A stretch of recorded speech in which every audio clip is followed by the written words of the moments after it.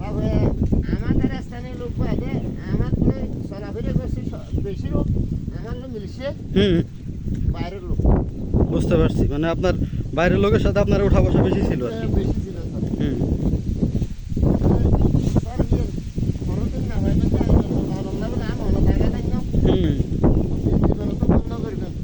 না ঠিক আছে, মনে করেন যে অন্য কোথাও তো যাবো একদিন, না গেলে তো বলতে পারবো, আপনার কথা মনে পড়বে যে ভাইয়ের কাছে গেছিলাম, ভাই আমাকে অনেক সম্মান করছিল আর কি, বুঝলেন না?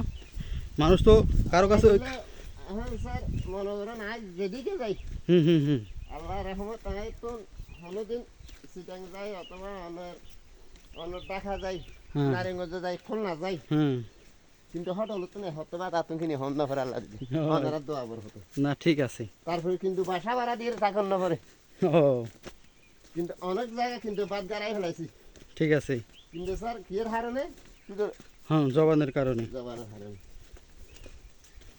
তো আমি বাইরের মানুষগুলো বেশি চলাফেরা করছি কিসের জন্য, হইতে বগ্য আমার লাঙ্গামাটি যাই স্যার, আমার থেকে বাসা ভাড়া করে টাকা না পড়বে, হয়তো বাদ কিনি হন না পড়ব, তাই না? না আছে আপনার ওখানে লোকজনের সাথে কথা ছিল, চলাফেরা ছিল স্যার। এখান থেকে সরকারি আগে পাহাড়ি গাছ খাটাইয়া সরকারি ওইখান থেকে আমি লেবারও মাঝে ছিলাম। এখান থেকে 250-300 মানুষ আসতো হাত ধরার জন্য। ও আপনি তাদের ই করতেন? ছিলাম। ও আপনি ওখানকার প্রধান ছিলেন আর কি? প্রধান ছিলাম, কিন্তু এখানে মাসুদ কইতো ফরেস্টরের মিয়া সাহেব বলতো। ও আচ্ছা আচ্ছা, ওরা বড় অফিসারই বললাম, ওরা মিয়া সাহেব বলতো, আমি সাহেব বলতাম না, ওর নাম ছিল মাসুদ।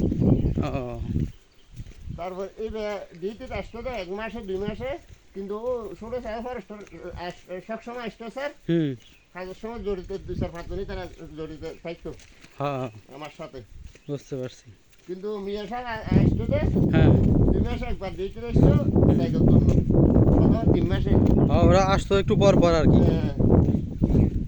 এক সময় এদিক সারা দিই না, ও কেরিম তুলে সারা দিয়ে বইয়ের গাড়া আছে না স্যার, এদিক দিয়ে এদিন আমার তো লোক ছিল 250 জন, ওদের মাঝে ছিল বেতন আসলে 300 জন মানুষ, ও ফানির স্যারের বেতন আসলে 70 জন, 3 জনের মানুষ বকুন এখান থেকে হাত ধরে, এখান থেকে নার্সারি 3টা স্যার, তাই না? বড় বড় নার্সারি করছে 3টা, তো এখান থেকে হাত ধরার এখান থেকে কিন্তু ইন্টার সরকারি স্যার, সরকারি গুলো ছিল, ওগুলা এগুলো 12 নম্বর ইন্টার সরকারি, কিন্তু তারা গরিব দিনের ডাক ডুক দিয়ে দহলে ওরা যারা দহলগুলো লাগছে,